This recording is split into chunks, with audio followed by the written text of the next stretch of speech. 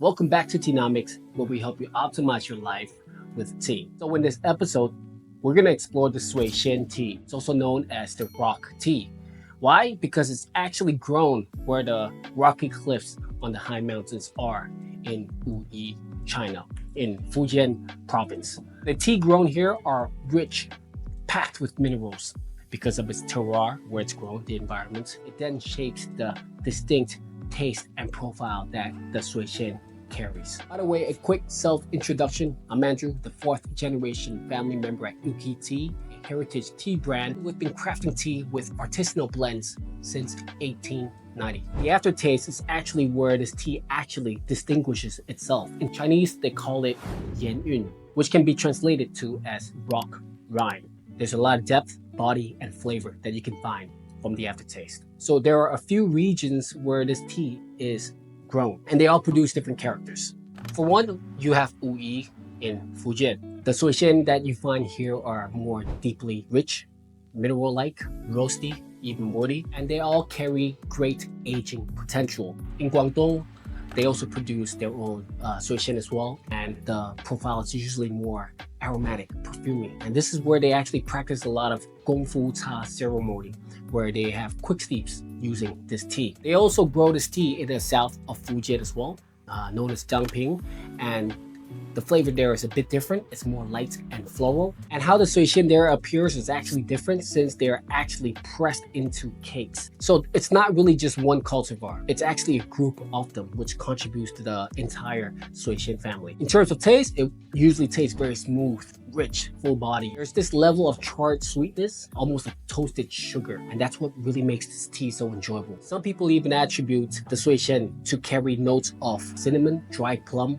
Chinese herbs, and even dried dates. As you can see by now, this tea is probably very good for your health. And the way that you can identify a Shui Xian easily by its appearance is to look for long, twisted leaves. They're usually more darkish brown and even black. So some people may actually mistaken the Shui Xian for black tea. When you actually brew this tea, you're actually getting a more amber and dark reddish brown kind of color. So it really depends too on the cultivar and the age of the tea leaves itself. When it comes to oxidation level, we're talking about 40 to 60% oxidation. So higher than the Teaguaning and less than the black tea. The traditional way of roasting this tea is actually done with charcoal. The tea leaves would actually go through cycles of rest and roasting periods, and you would use charcoal firing to really heat it up and to help it age. So this is what contributes to the flavors of maturity, toastiness. In fact, there are a lot of expensive Shui Xians out there. Why? Because they're actually grown by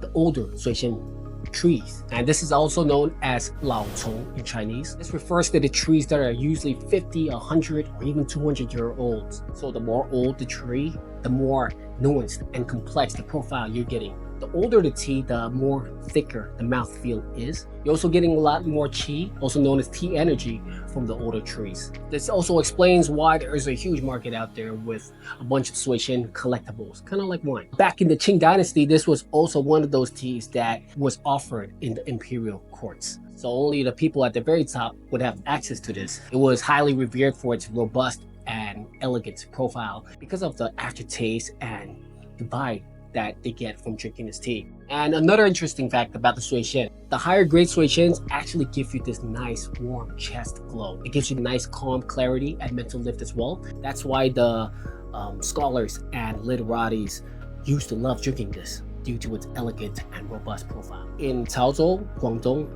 the people there also, again, use this tea for their Gong Fu Cha ceremonies. This is the go-to tea that they would drink during any cultural rituals or even family gatherings. This tea also pairs well with food, and it helps aid with any form of heavy digestion. Despite this being a more bold and heavier roasted tea, it still has a floral core. Those with a trained palate can probably sense hints of magnolia, narcissus, which are daffodils, and even orchids. We're also getting a wide range of health benefits as well from this tea.